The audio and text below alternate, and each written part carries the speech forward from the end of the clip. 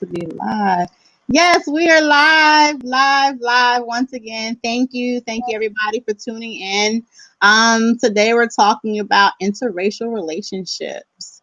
And I want to definitely, for people who ask, I am much better. Yay. So I'm feeling better. Thank you. I'm going to jump into it, but before I jump into anything and introduce our guest, Ty, any words? I just want to say, yay, again, another Sunday of Mothers Unfiltered. I'm so happy that we're continuing to keep up this momentum. I also want to put out the disclaimer because it's about interracial relationships. It's a very heavy topic. So I want to make sure that the listeners are respectful of the guests and that us on here are respectful of the listeners as well. And go to YouTube, go to Mothers Unfiltered, subscribe, like, and comment, because if we hit 100 subscribers, then we get our own URL, and we are almost there, guys. So yes, a little baby step.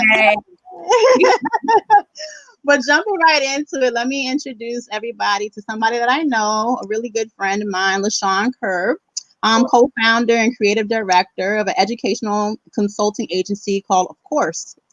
And he's also partners and works, of course, with his lovely wife. He's raised in Pittsburgh, Pennsylvania, served 8 years in the Marine Corps. Like I told you earlier, I won't hold that against you because I'm an Army vet. And you've been married for 2 years this October. So definitely early congratulations on that. So thank you for joining us. Before we start asking you questions and just wanting to get your perspective on interracial relationships and the experiences that you actually have been dealing with, I just wanted to read a little piece. For the listeners that already know me, I write stuff down because I'm bad with names. So this will be real quick. In 1958, Richard Loving, a white man, and his wife Mildred, a black woman, was arrested for the crime of being married. Although the couple had been allegedly wed in the legally wed in the District of Columbia, they became outlaws when they moved to Virginia, where interracial marriages were then illegal. This incident eventually led the 1967 landmark case of Loving versus Virginia, in which the U.S. Supreme Court struck down laws banning interracial marriages. But there's a tidbit to this. Today, about 12% of American couples are interracially married. Nevertheless, negative social attitudes about mixed marriages still are around. According to Wesleyan University psychologist Roxy Chong and colleagues, it is not just the white majority that looks with suspicion at interracial couples. Also, our own peers do. So I want to jump into that. We'll talk about, actually I want to parking lot that because of course we have our own people say their own things. But what I wanted to ask you, just to softball the question, since this time where you have more and more accusations and actual videos and social media with crimes against black men, and then you'll have white women calling the cops on a black man for the crazy Karens, the crazy Beckys, and all that. How do you have that conversation with your spouse? Because are you guys seeing in the same point of view, like, oh my God, this woman is just out of her mind? Or are you guys saying, this might be something where we can't agree on? Are you having that conversation? Is there any type of hiccup with that? Yeah, great question. That's the softball, right? Yeah. You can get right now with this conversation. First of all, thank you for having me and inviting me to have this conversation with you. To answer your question, yeah, we talk about all this stuff. I definitely feel as though we're in alignment with how we perceive what's happening. In the case of, like you said, the Karens, calling the police on people and stuff like that. For me, it just kind of stems back to this fear of black and brown skinned people, and there are a lot of things that craft that perception in our society, whether it's books, movies, music, and all those kind of things. These things work as lenses to view people that look like us. So they paint us in a particular way. So we have to be really conscious about how we do that. But to kind of tune into what you said with your question, how do we communicate about it? Well, we talk about it a lot. Okay. I don't think that we stray away from any of those conversations, um, or speaking out about what we think is poor judgment or bad form. We're not quiet about it in any way with each other or with anyone else. Do you feel, or since this time has, you're seeing these protests, and it's really really mainstream now, do your peers have you been questioned? Why did you pick a white woman instead of a black woman? Why did you choose that instead of your own people? Have you ever had to deal with questions like that even prior to the protests and different things like that? Yeah, great question. I think that really my peers or who is around me, and who is around me isn't necessarily brown, though a lot of them are. They're not necessarily white. Most of my peers are entrepreneurs. They think with an open mind. They're looking for opportunities. They're looking for connections and relationships across the board in general. And so a lot of the conversations that I would have with those people, they're open-minded people, and they look through, specific types of lenses. Um, what I can say though is I've definitely had a lot of conversations about race, because I've been in an interracial relationship for a number of years, and it's just from my perspective, I think people just should choose who they like, and maybe who they like for the moment evolves over time, as their perceptions of things and their experience evolves. But I don't know. I don't think I've ever had any difficult conversations when it comes to race, interracial relationships, because I just believe that people should choose what they want, as long as they want that. And if they choose something else, that's okay. That they are afforded that opportunity, just on the basis of being a human. Again, okay. So, and I love that, and thank you for that. Love is love. You can't choose who you love, right? But we talked a little bit earlier before we actually went live, and my statement to you was, we see color before we see the love. Totally. Oh, and then as a Black woman, knowing the history, right? I'm an entrepreneur, and I'm very creative. So I also see through a different type of lens. I think I'm very open-minded. However, again, as a Black woman, when I see a Black man dating outside of our race, and for me, especially white women, it's like a sting. Obviously, your wife didn't do anything personally to any of us, but her people did. So again, when I see that, I see these are the same women that when their men were raping us, their women were jealous, getting angry, and looked towards our Black kings as toys. And you were either going to be raped by them, not sleep with them because it wasn't willing. You were either going to be raped by them and killed, or not, or resist and killed and have them lie. So fast forward where we're at today, this still sits heavy with me. And as a Black queen, I struggle. Yeah. So what do you have to say, for that, even to comfort me, to give me some Just some thought. Yeah. Yeah. So one thing I would say for sure is that we have to be careful of how we group people based on how they look. And it's very easy to do that when it comes to race relations. In fact, I really think racism is energized from those filters. So for example, let's take the case of my wife. She's from Poland. Her grandmother came from concentration camps. They were treated very poorly. And so in a lot of regards, her people are very much like ours, in regards of what they've had to deal with. Obviously not to the degree for maybe the length of time, but certainly not necessarily the same people, based on groupings, right? I'd also say that because me and Kia had a minor conversation about this the other day in regards to like choosing, your partner and perception of Black women. What I think happens often is that when a Black woman or brown skin, copper skin woman sees someone like me with someone that doesn't look like them, they perceive it as um, a hit against them. Like we don't perceive you of the same value or of Yeah. importance, and that's not true. I've never perceived Black women as not being beautiful or good enough or like something wrong with their hair or how they dance or any of those things. I've always celebrated those things. I've never perceived them as being lesser things in any regard. All of our features, they're extraordinary. Our contributions are extraordinary.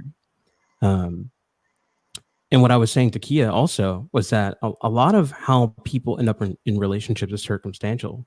Who they end up interacting with at a particular time, how that feels, what purpose that serves for them in their life. You know, um, I don't think there's anything wrong with choosing. And one of her questions to me is, why didn't you choose a Black woman first? You know, um, Mm. it wasn't so when I choose anything, I don't choose it based on solely one attribute. A lot of it is how it feels to me to experience that thing. Now, my wife could have very easily been a Black woman or a Right. Spanish or something else. She didn't happen to be, and I don't have a lot of restrictions on what I choose based on solely how things look. Do you think, or do you? So let me ask you this: do you have any other friends that are in interracial relationships?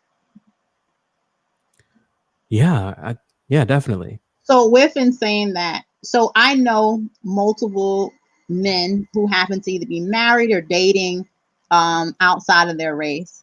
So for you, I always say you're a universal soul, Me, and I'm a definitely. universal soul. What's outside my race? Outside the human race? No, I they're mean, from a different very planet. open-minded. Definitely love your energy. But within saying that, I will hear on social media. There'll be platforms where there will be Black men and they are bashing.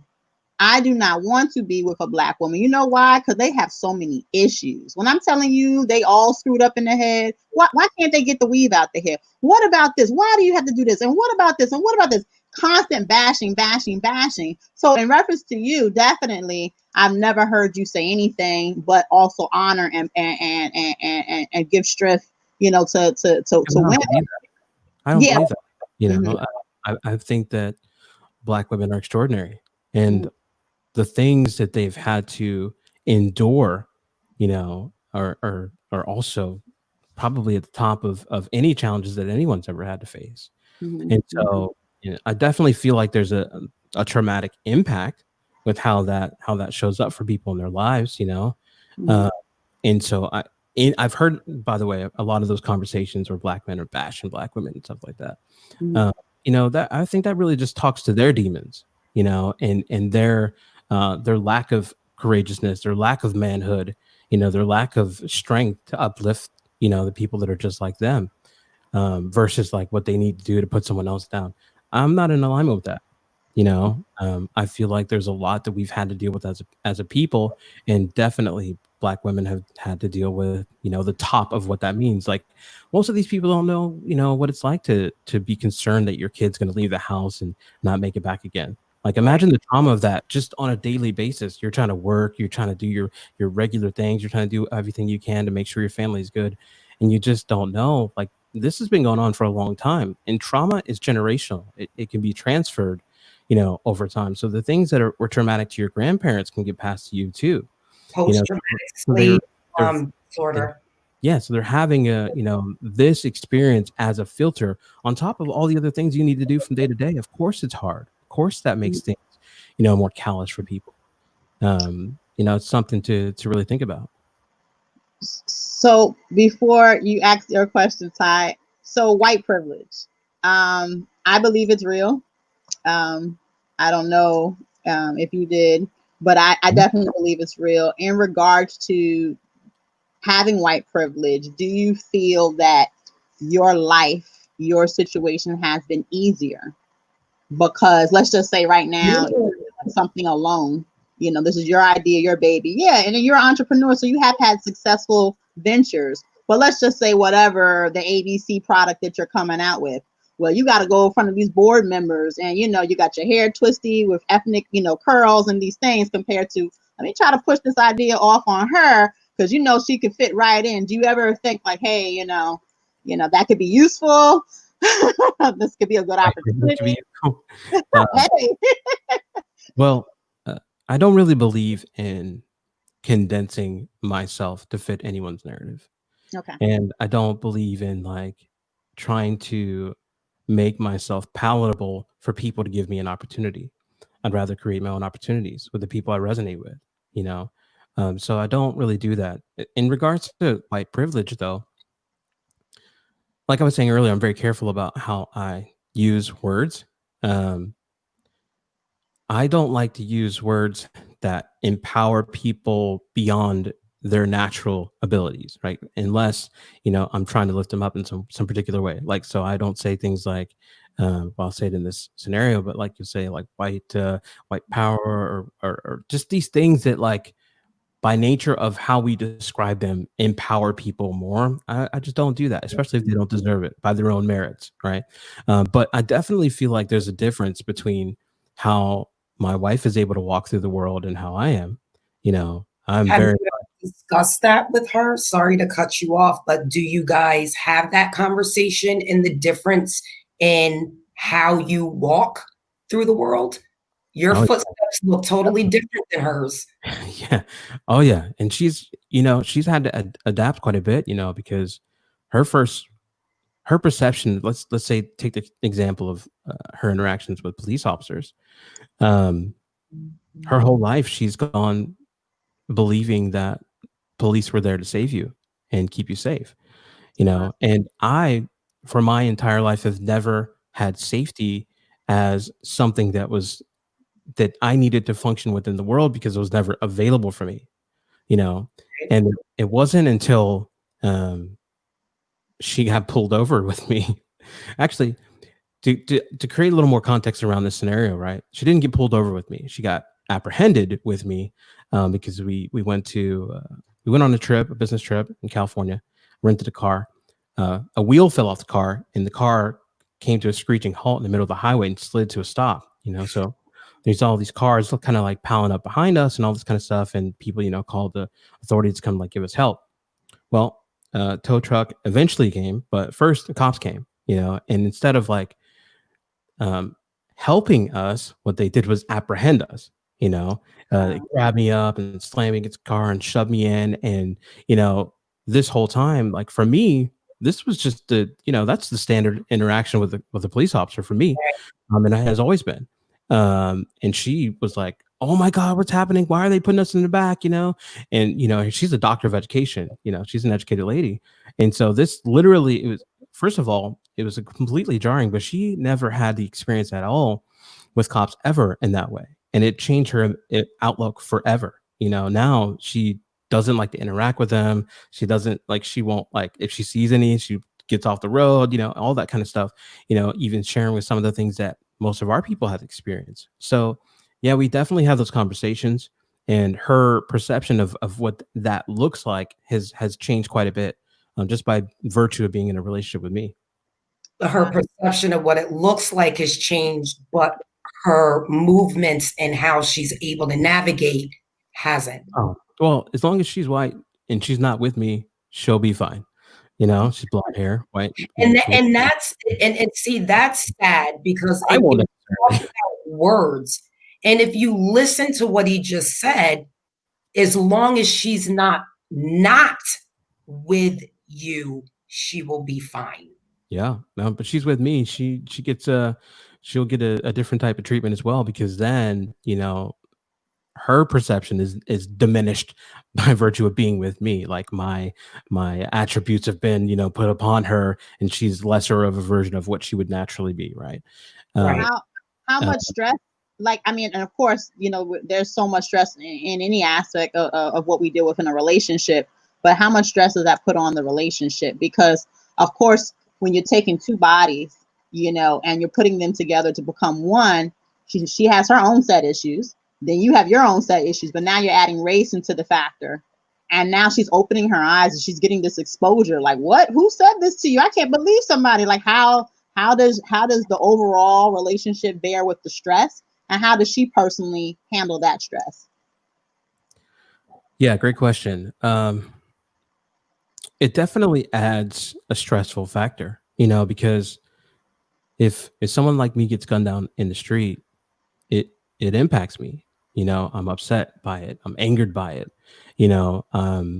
How I function from day to day may even change. Like I become more internal, and I don't necessarily share my thoughts, or I might get more short wired about things, or get angry faster about other things that are seemingly unrelated. So it definitely impacts how things function in the relationship. And on many occasions, like I would randomly ask her, why do they want to kill me? Why do these people want to kill me? Like, what do they have against, me? And she would often say, for years, actually, they don't want to kill you. They don't want to kill you, but that was really just what she would tell herself to be closer to believing something like that. And as of late, even that's shifted. She's like, maybe they do want to kill you, and we need to figure out how to change these systems and how to disrupt how this functions, what allows it to continue, the energy around it even. But I definitely think it starts with people caring enough about them and knowing more about what is in place. A lot of these things are hidden, so they're allowed to continue, and they're energized by certain things. But we definitely have those conversations. And a matter of fact, even there's been a few conversations where she would ask me, like, am I even good enough for you? Are you sure you don't need to have someone that looks like you to be in a relationship in that regard? So it definitely has an impact on the relationship, for sure. Now, did these conversations like always happen throughout your relationship, or were these conversations happening as situations were happening and unfolding around the world, which prompted you to have these conversations with your wife?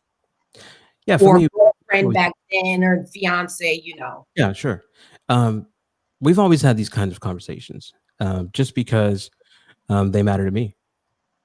And my, you know, I come from my family's is very diverse to start with, right? And so that's where things get a little itchy when it comes to like determining exactly who is what and what's what, right? Like, for example, my grandmother's Cherokee and Puerto Rican, and my grandfather was Blackfoot, and my dad is a black guy, and his family's from Alabama, and that whole arena of things. But growing up, like, people would be a lot of different things, and we never seen anything wrong with someone being different. And it wasn't probably until I was about to go into the military that I even noticed in the world that was the thing that you need to really be conscious of, because my family was so diverse. And so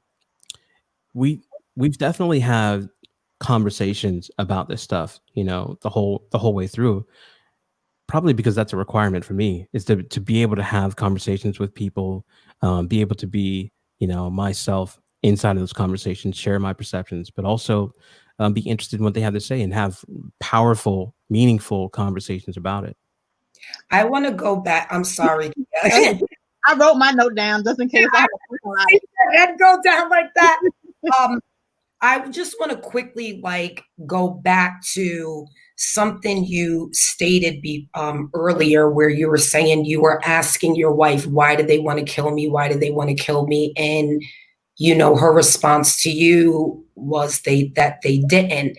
And when I hear that, what I hear is, why would a Black man ask a white woman, wife, girlfriend, fiance or not, that question? And then secondly, what type of response did you think you were going to get? Yeah, great question.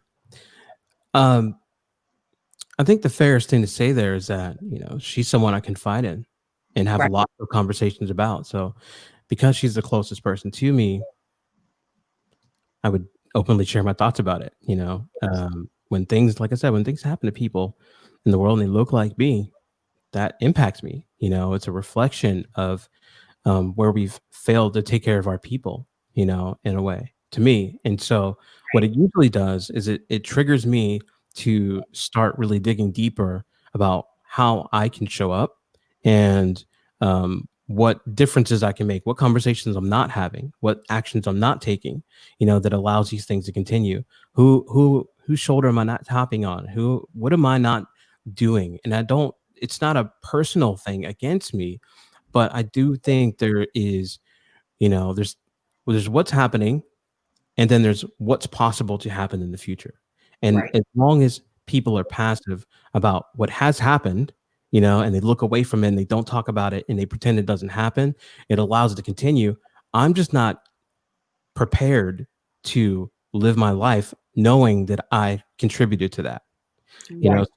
know, um, yeah, so I would definitely talk with her about that, and to create a little more context of the why did they want to kill me thing, right? It's because like I mentioned earlier, um, the idea of safety for me has never been real in my experience, right? So it's not something I've ever needed as a requirement to function throughout the world and just in my life and family, anything, which is probably says a lot about why I went to the Marines. I signed up.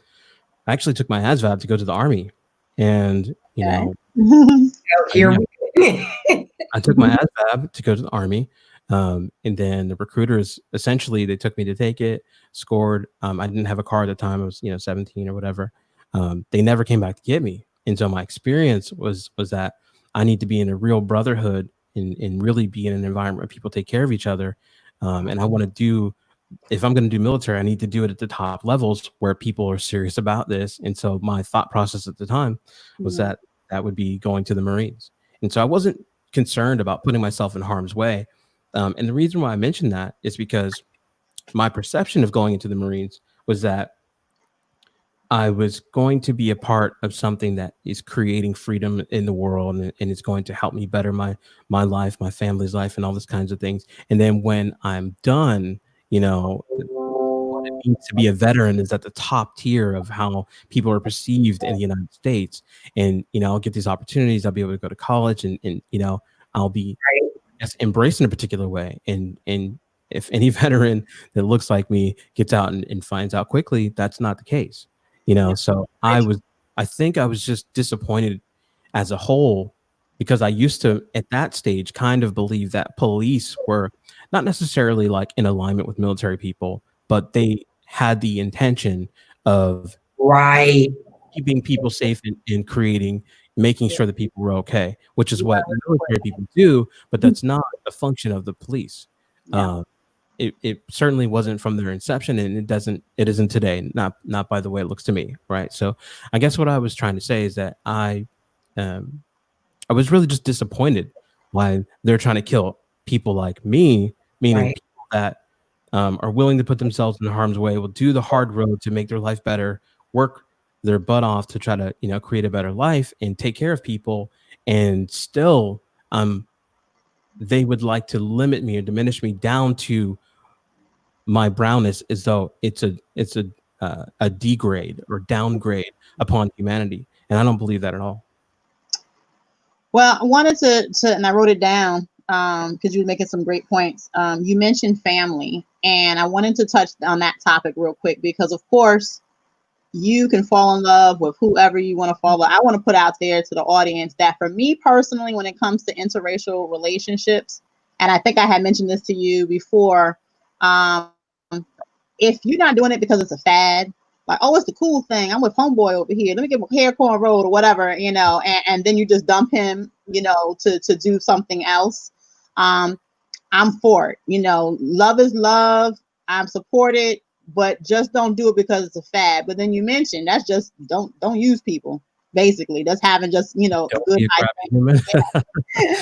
and then and then when it comes to the children, not just black and white, Asian, Hispanic, or whatever the case may be, if you're going to adopt or if you have biracial children, I always say, please, please, please teach them their heritage, teach them their culture. Ooh. First, they have to learn their culture too. Yes, that's step one. Yes. We generally, our people don't know our genealogy, so we are permitted to go through life believing that we come from this lowless, dirty, broken type of people, and we're not that at all. The culture is beautiful. It's incredible.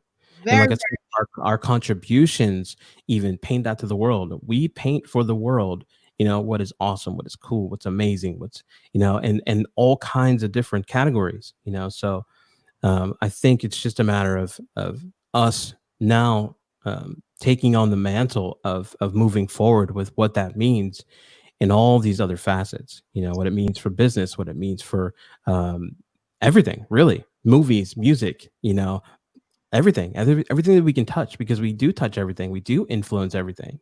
We have to get into ownership. We have to really be the beneficiary of our contributions. And what does that look like? Yeah.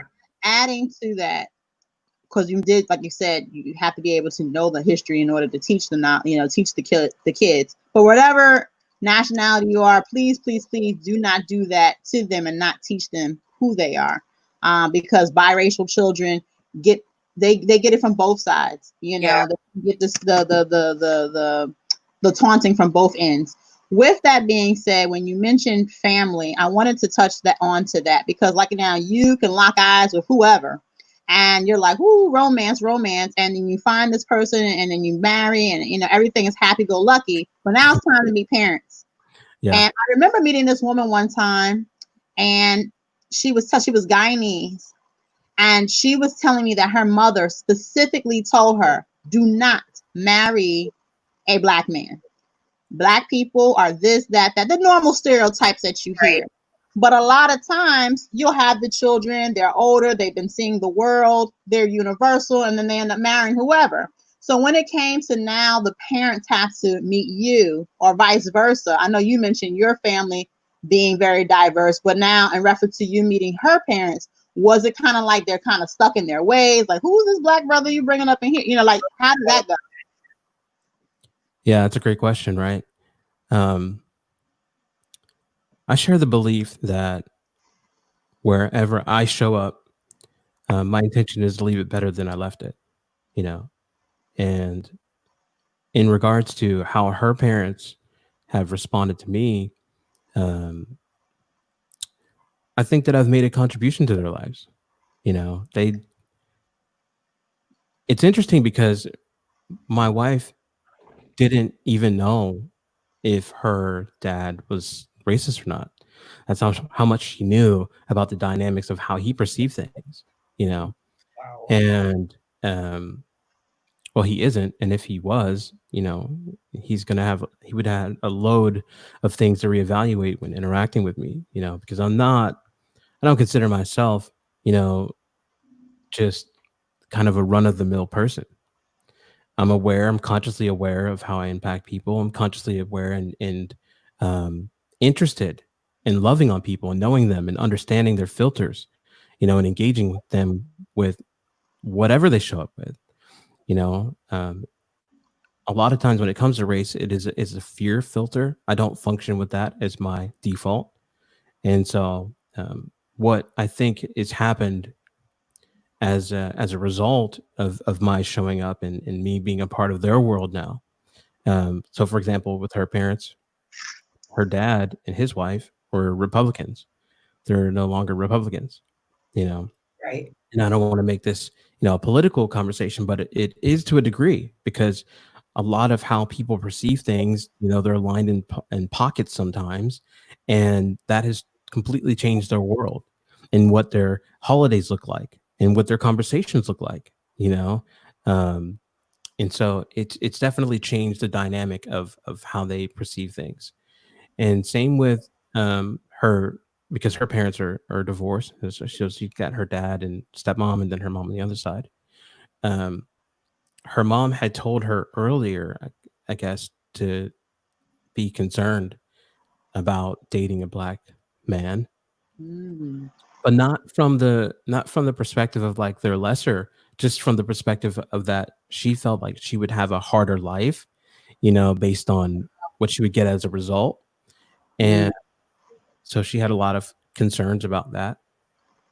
I didn't, you know, Right. and so her mom, now like she loves me, she's always been excited about black culture and black things, and I think probably fearful to engage with it really, but I've created this, I guess, space where it's okay to have the right conversations. It's okay to learn and challenge certain things. And also, I think it's evolved who she is as a person too. She's always seen herself as like a Democrat and like, behind civil rights and all those kinds of things. But I think she still had fear that being too close could be a detriment to her in a way. And I don't believe that either. So it's definitely shifted that relationship too. Wow. Go ahead. Go ahead, And, Ty. I'm trying to get I'm trying to process and get my thoughts in order, because I mean what you said is like a lot to swallow per se. Like I heard a lot of different things. I heard the mother's concern was never the concern of your safety or care. It was the concern of her daughter, which it should be. And then I heard politics being switched over versus the actual discussion of the race, right? So again, like, I listen and I tune in from my own little, agenda. Again, because I am a Black woman who loves Black love. Um, so again, it's and I have friends that are married to, Black men or a Black woman or blah, blah, blah. They know I love them, but I still feel some type of way as a Black woman, period. I'm not gonna lie. Um, you fortunately are one of the ones who take the time out to be able to engage your partner in her environment, in knowing who you are.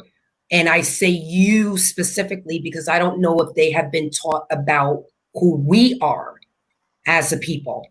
But I know there's a lot of Black men out there, and I target Black men. I'm just going to put it on the table. I'm going to be unfiltered. I know there's a lot of Black men out there who do not educate their kids. So when you ask them, as a Black man dating outside of your race, outside of the whitewash education system, what have you taught your kids? And they can't contribute any information. Then it goes into the biracial kids not fully knowing their identity. So I look at it, and again, not because there's always, the you, and then there's the big picture, right? I look at it is if you're not pushing that agenda of educating your kids and the surrounding families with all of the education, history, there, nana, whatever, you're doing a disservice to your people.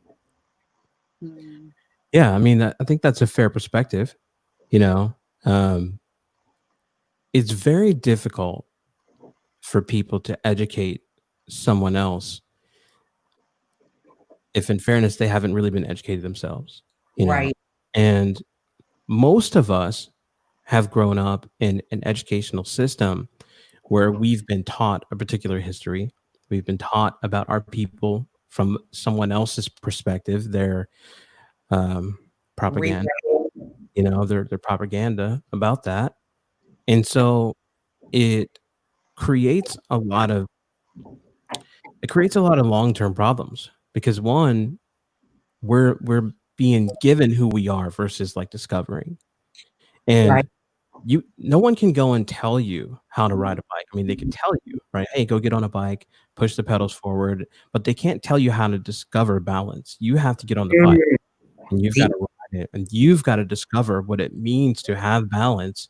And then you become transformed in a way because you've discovered what this is for yourself, and it's very difficult for people to do in terms of like how they're going to teach someone else because most of their life when they're going all through school, they're being told who they are and what they're going to do. They're being geared to go toward college. Okay. So they either go there and depending on what their background is, if their background's like me, they probably have to work for it, right? They're going to put themselves through college and they're not necessarily going to get some kind of endowment or help with that. And then let's say that they go and they get out. Now they're just trying to work out to pay out their college and get the job or whatever. Like they're just kind of trying to get through life, doing the things that they've always been told are going to get them a good life, And so where's the time to discover who you really are, unless you come from a background where this is a common discussion in your family, or someone is able to break away at least, to a degree where they have some bandwidth to discover these things. You may never even end up in a conversation with people about it, and also like, let's say that you're talking to your peers. And I was thinking about that when you mentioned it earlier, Aki, about peers, but like if you're talking to your peers, what that usually means is that you're talking to people that are in your environment that come from backgrounds like you and act like you, look like you, come from the same type of, background. So they have the same experience. So they're not necessarily going to learn from those people. You have to create enough space to break away so that you can start discovering your own information, your own perception on things, develop your own thoughts around this is before you're going to ever teach anyone anything about this stuff. And a lot of the information provided is incorrect on purpose. So, I think people learn a lot more about who you are and how you show up, who you be about it. When you can tune into a particular frequency, other information can be made available to you, but you have to create enough bandwidth from the day-to-day challenges to ever get there. Right. Yeah. Can we go to the comment, Ty? Yeah, I see. Let me see. So hey Liz, hey Melissa, Cash, Aaron, Mark. We have Cash Money. Is there a strategic advantage to the Black race to date Black? If so, should that be a consideration when choosing mates? That's a great question, right? I think that comes with a bit of a generalization too. Everyone that looks like you isn't necessarily your friend, Right. and doesn't necessarily have your back because they look like you. I think there's a strategic advantage to dating someone you resonate with and that you can build with and that you can care about and it's going to care about you and get your back when things are difficult. So, big ups if they're Black. That's dope. That's awesome. That's amazing. It's beautiful. All the things, it doesn't always happen like that. A lot of that, is determined by where you're at and geographically and all that kind of stuff. Like, for example, I lived in Spain for a number of years. And, in Spain, there's mostly Spanish people. Some of them look just like me. A lot of them look just like me or lighter, So a lot of that just depends on where you come up and what you think about that stuff, But I definitely feel like there's a strategic advantage toward life if you have a real partner that you can build with. That is very, very true. How do you? We talked when we talked about family. We mentioned the parents and that, but just taking it a step down and wanting to talk about the kids. You have kids, and how do they deal with questions in reference to? Because they're always around stereotypes. Like no matter what we teach them, they're going to be out there hearing them. Oh, Black people this. Oh, this person that. How do you personally give them that encouragement to say, hey, you know, just ignore it, because no matter what we say, they still have their own feelings and they're creating their own opinions. Yeah, I don't think they should ignore it at all. My kids are, you know, they're in an environment with me, you know, and so I don't think that they should ignore these things at all. I don't think that they should turn away. You know, I don't think that they should look at the news and say, hey, you know, this black man hung himself. You know, I don't think that turning away is the answer to anything hard. You know, I think for me, we have those discussions too. You know, I talk about it with my daughter and, you know, my stepkids and all that kind of stuff. You know, just to create some more context here. Maybe a couple weeks ago now. So my stepdaughter is white, and on the weekends, or right now during COVID, they're always here. You know, just immersive, right? So my stepkid is a 17-year-old white kid, boy, and a 12-year-old white girl, and my daughter, 11-year-old mixed girl, right? And so get them together. And since all of these things have been happening, the uprisings and the discussions about race, we wanted them to watch the show on Netflix, 13, you know, because it's talking about a lot of the stuff that's going on. And you know, they sit down for a couple of seconds, and the 12-year-old is like freaking out. She's like, I don't understand. You know, it's maybe a minute in, she's crying. She's like, oh, are you guys making me watch this? You know, I shouldn't be watching things like this. I'm only 12 years old. And, you know, I just turned to her and I said, you know, you don't even want to look at this. And you're 12 years old. By the time I was 12 years old, I'd already had guns put in my face by police officers. So you don't want to look at it on TV. But this is exactly what you need to see. And what you need to understand is the world outside of this haven called a home right now, and people that love you. You know, there's a lot for you to understand as a 12-year-old. There's a lot of power that you have to show up in the world. And so it's important for you to see it. And so we definitely have those discussions. And that's great. I consider it an honor to show up and have these kinds of discussions with anyone. That's great. That's great. Did you want to read the comments? Yeah. We have Liz. I think that in 2020, people should be allowed to love who they want to love without having to be questioned or judged or asked to justify their intimate and personal choices. Which, Liz, and I absolutely, you know, I agree. However, ... we are in 2020, and that's what's present. Because again, I mean, we can't deny that the divide is real. You know, we have a very blatant racial war going on, and how it affects interracial relationship and biracial kids, and how they're taught, and what they're taught is very, very important. You know, even though it's their personal choice in your intimate relationship, but we are still the world. So we are all going to mesh and come in contact with each other. So it even is as personal and intimate as it is, everyone is still going to be exposed to everyone else. Again, what happens with a black man that gets shot, as a black man, it is, you know, your responsibility to sit down with your biracial daughter and your stepkids to discuss that. Again, we all deal with it. We're not trying to get in your home and lay in your bed. And it is personal. Yeah, you love who you love. But then again, it's like, well, what responsibility comes along with that?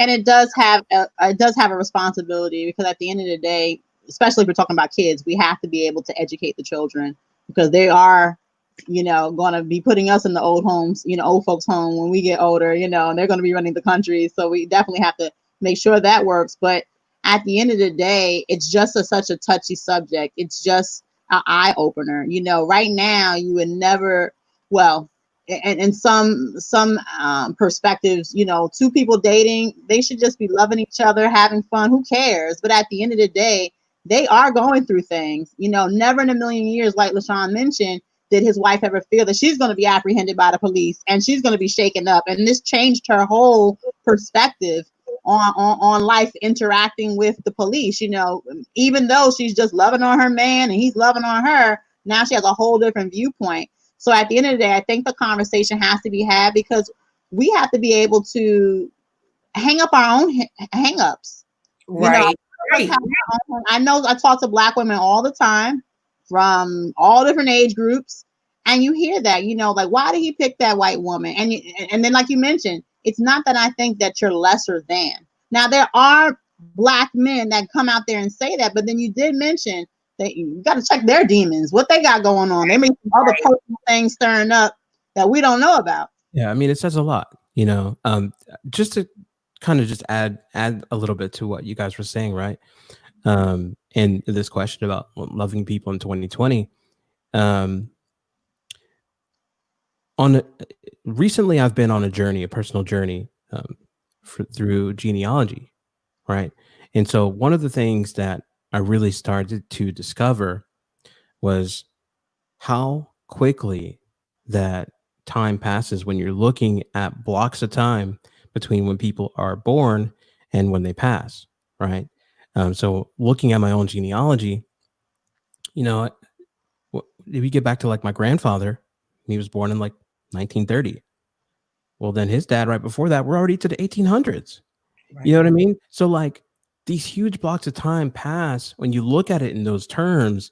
And when you think of race in the country, it actually it's not that old in terms of like the systems that are put in place. When you look at the census and you look at all these things that they've been using as racial mechanized weapons toward a particular type of people, it's not that old. So when it comes to people having discussions about like interracial things and, you know, people should be able to love whoever in 2020. Yeah, absolutely. And, you know, there are things in place that make that more challenging. Right. So I think it's important to have those conversations. And in regards to what you're saying about responsibility, Akia, I kind of look at responsibility a little bit different than most people do. You know, when I think of responsibility, I think of your ability to respond to something versus this weight upon your shoulders that you're obligated to do. You know, in regards to like teaching my kids and the people or sharing even, because for me, it's more sharing. You know, I'm not putting upon them what I think is right or wrong. But what I like to do is present my perspective and present information, you know, that they may not otherwise have access to, and allow them to draw their own conclusions upon that, you know. And that's not just with like information, but that's just around the world, about the world in general. So I want them to arrive at what resonates with them, but also be presented with the information, not hidden from that stuff, not hidden from the hard conversations, not hidden from the challenges, none of it. And just allow them to show up as better human beings because of it. Now, I wanted to ask, and this is for me in my own personal relationship. So I'm married to African American male, and being able to be relatable, we mentioned that, but just to give you my own personal experience. So let's just say for whatever reason, I had a tough, long day at work, and you know, the boss was on me, and I'm coming back home to my husband, and I'm letting him know, like, hey, you know, I got turned down for the promotion. I know why. It had to do with this color issue. They said I was too sassy of a Black woman, blah, blah, blah, blah, blah. Because he has his own personal experiences with that, he can relate. Sure. Just like right now, I always use the example of a pregnancy. You know, I could talk about pregnancy with Ty because she's had a baby, I have a baby, compared to just never ever having a baby. I could talk about it. Oh, it's painful. Oh, that's sad.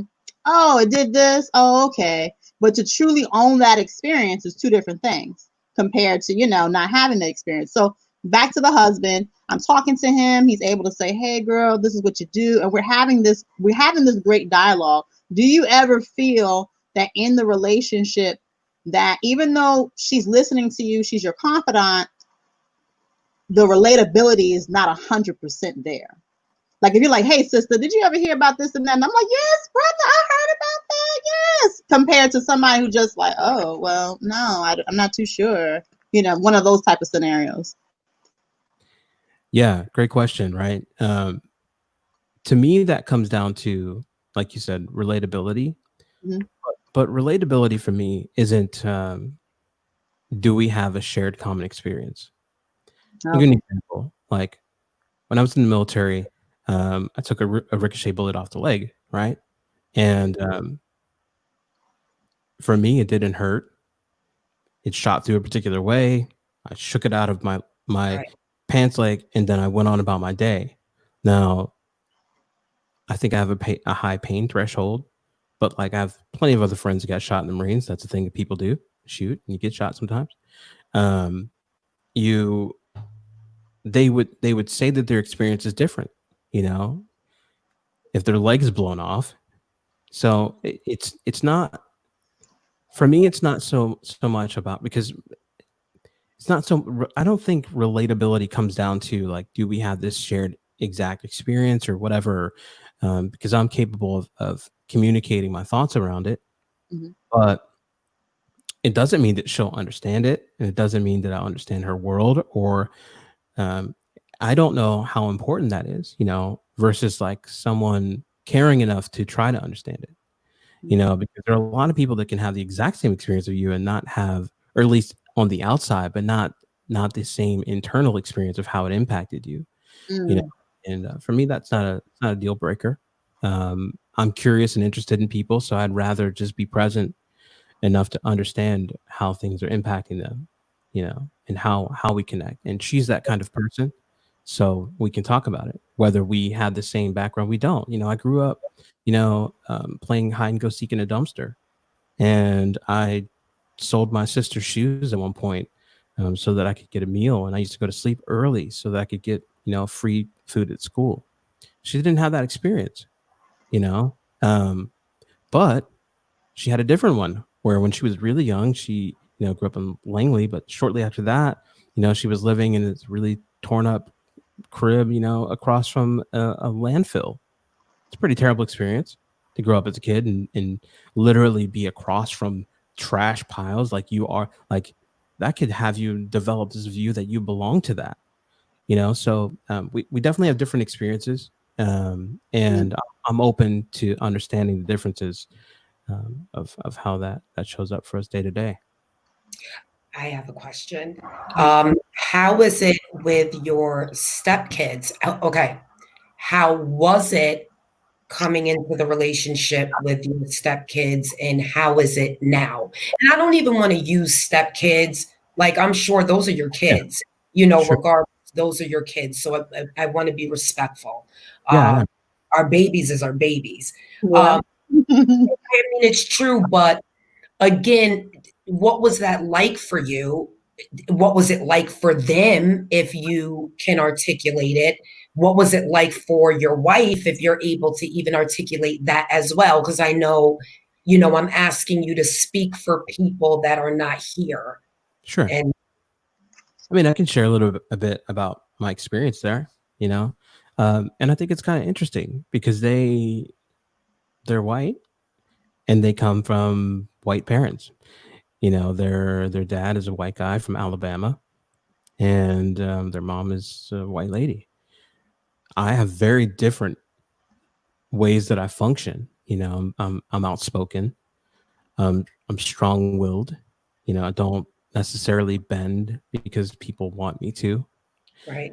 And so I think that shows up for them because I don't experience their biological fathers being that way. You know, Mm, I definitely feel like it creates a dynamic. I'm someone that would take myself to the Marine Corps and travel the world and have these unknowns, and go into a counterterrorism unit and put myself through college and build a business and all this kind of stuff. And I just don't feel like they get that type of possibility, from the other side. So it is a Right. dynamic because they share two worlds in that regard. Um, for me, I think it's a great opportunity because I get to share with them my perspectives, and just like the typical kids their age, they're impacted by the perceptions of how the world sees black and brown people, music, art, movies, all that kind of stuff. Um, and I show up in a very different way than I think that they've perceived most of us. So Right. Wow. it is a really a cool honor, and it hasn't always been easy, because in the early stages, there's kids being in the middle of a relationship transforming, right? Mm, They're going through their parents' divorce, and that creates a particular dynamic. So in the absolutely. early stages, there was a lot of like, why, mommy, why aren't you with dad, and all that kind of stuff, because they don't really know the adult version of why people end up changing their dynamics. Uh, Right. and it's just this early perception that people should be together if they were, and that's if they had kids out of it, and that's not necessarily how life presents itself, right? And so I think it took some time to develop the right level of relationship with them, because of that dynamic by itself. But Right. with time, like I'm this person that's in front of you right now. Like I'm not putting on any kind of anything to present myself in a better way or a lesser way or a stronger way than I show up every day. But I do show up every day. You know, Right. so Right. so Right. um so I do think that has given me some respect in their eyes, and they know that I'm a hard worker. They know that I'm a voracious reader, and I go and learn things, and I care about people. I got a huge heart. I'm ferocious. I'm not taking any shit. Like they know all the dynamics of what that looks like, and I think to a degree that has helped really shape who they're going to be in the future. That's great. That's great. Did you have any other questions, Ty? Yeah. Right. Like, yeah. Because again, we're talking about interracial relationships. We don't have him here for a long time. And again, he is present. And he's willing and he's very knowledgeable and he's just open to share. So I Good. have questions like, so okay, diverse families, yes. But so I guess question, you were raised in a Black household, right? Yeah. So growing up, my mom's a black lady, brown for sure. Um, my dad, I didn't know until I was 25, you know, Wow. so, um, which is, I think really leads to a lot of stereotypes. But As was, I was, I didn't carry like a negative weight about that, even from a kid. I didn't really know all the dynamics of why they weren't together anymore. Um, but yeah, we now have an extraordinary relationship because I decided that I wanted to make myself available to know this man, to understand him, to connect with him, to build with him, and I did. And yeah, so you could say I grew up in a black household for sure because my mom was there, and I was there, and my sister was there. right, right. So And I'm sorry. but that to add some context to that, right? My household didn't always look exactly the same. For one, we moved a lot, right? So I went to probably 14 different schools before I got out of high school. So Wow. like every 6 months to a year, it was just a new kind of like revolving door of faces, right? In regards to who I see in school and if my mom was dating, that Right, kind of thing. So at one point, my mom was dating someone or a black guy, and at a different point, my mom was dating someone and they were a white guy. So right, you could say that I grew up in a black household, but my household itself, um, I don't think is the most important factor of how I grew up in regards to race, right? Because my family was really close. And what I mean by really close is like they just show up. You know what I mean? So they get a knock on the door and a bunch of people just come in, or vice versa, and they didn't live too far from each other. So the households were really connected in that regard. And so the people that were in my environment, in my family environment, looked various different ways. Right. And we really got each other's backs, to a degree. Like, so for example, my mom was working a job at one point, but well, actually, let me create this longer understanding of this, right? So um, when I was really young, probably first to second grade, um, I grew up, we were living poorly, right? And my mom got this opportunity to work for Aerojet Space Community in California. So she, on the missile program, so smart lady, right? So she goes and she takes the opportunity. She didn't have enough money to take me and my sister, so she arranged for us to go live with my aunt in New York for a while. So we did that.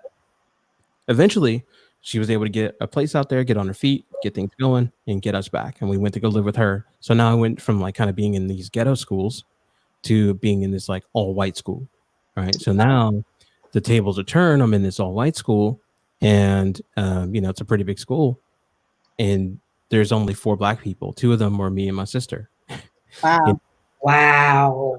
So that created a completely different dynamic too, right? Because now I'm in this like all white environment, and I come from like this really hood background, and I wasn't available for anyone's racist remarks or any of those kinds of things. Very aggressive about that. Matter of fact, I took a knife to school at one point.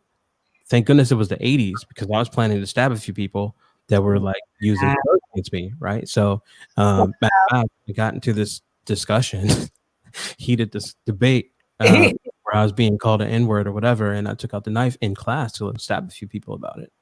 And they really handled it really well, right? Because if that happened today, like I'd be thrown in the system, and I would never have the opportunity to grow into what I've become.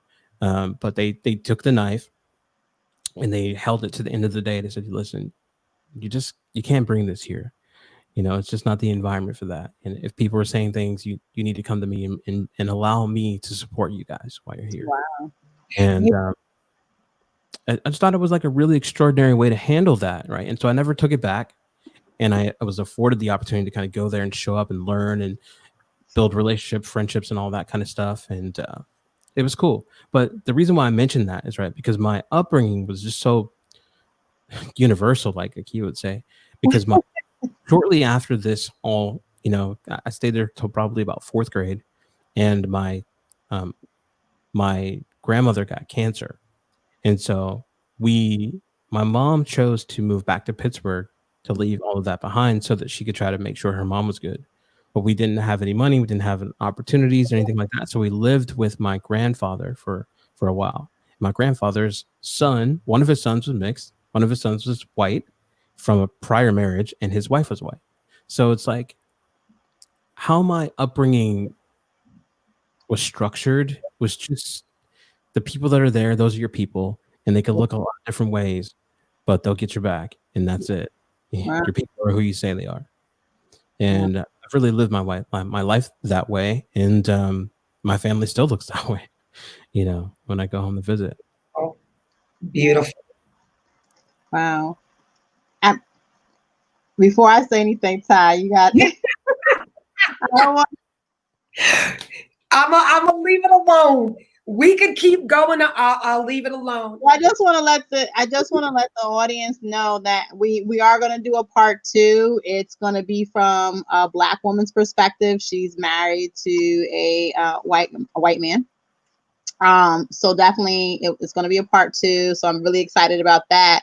I want to say thank you, LaShawn, for just coming and speaking to our audience. And just giving us your perspectives. The last question, if you could leave us off with, is just to say now in 2020, with all the hoopla from politics, the coronavirus, to every single thing that that's going on now, and it really doesn't per se have to do with color. Maybe some topics do. Um, what keeps you strong, both of you guys? Yes. What keeps me strong? Well, both of you guys, just to keep growing in that relationship, because these things can be real stressful, and I'm about to throw this towel in. What's the secret for you two? Yeah, that's a great question. Well, a lot of things keep me strong. I'm a strong human, I come from strong stock. I have strong beliefs, I have the ability to walk through the world, curious, open. I'm not deterred by the things that have gone in a negative way. I'm not a fear-based person.